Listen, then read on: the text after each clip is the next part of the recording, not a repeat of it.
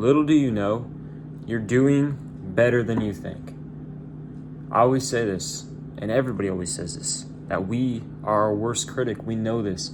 My friend Mr. Chuck at work, he leads a Bible study at my church that I love to go to, and he does an amazing job. He's great at speaking and telling the story in his own words and relating it amazingly to our life, but also being able to relate it to all kinds of other topics and then keep our interest, keeping it interesting and just talking naturally. He's just so great at it. But yet all the time he comes and he tells me that he feels like last week's study just wasn't as good. He felt like he was kind of rambling. He just felt like he didn't speak what he needed to. And then I told him, I was like, Chuck, we are our worst critics. I was like, I make these videos on social media for people, and every single time I make a video, I'm like, man, I could have did better. I could have spoke better. I could have said this. I could have said that.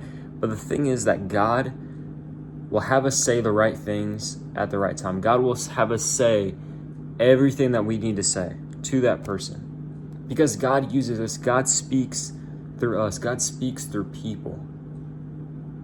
So I also want to say that the Holy Spirit will be in you. The Holy Spirit will speak through you, bro. Like in John chapter 14, I just looked up this verse 26. It says, but the advocate, the Holy Spirit, whom the Father will send in my name, will teach you everything and remind you of all that I've said to you. So if you're starting to think, oh, well, maybe I should have said this, I should have said that, oh, I didn't do this perfect, like, God gave you all that you needed to say. Maybe you weren't meant to say that. Maybe that person didn't need to hear that, so God stopped you from saying that. He made you forget it. But he reminded you of everything that you needed to say. You said all that you need to say because it's God's plan, it's God's timing, it's the Holy Spirit speaking through you. And maybe this doesn't even apply to you. Maybe you don't teach a Bible study. Maybe you don't make videos online. But whatever you do, whenever you're in the gym and you're talking to somebody about God, whenever you're going out, you're out to eat with a friend, you're with a friend and you're trying to share the gospel with them, you're trying to say something, and you have an interaction with them and you're debating with them, you're trying to help them, motivate them to seek God, and then you leave that interaction, you're like, man, I should have said this, I should have said that, I shouldn't have said it that way, that was too harsh to introduce someone to God. But God will speak through you and God will use you, and you just have to trust that. You're always not going to think that you did good enough, whether it's in sharing the word or whether it's in whatever endeavor in life. But I'm telling you that if you go and you follow God, if you go and trust God's path, and you just take action, go do something, then that is worth so much more than doing nothing at all.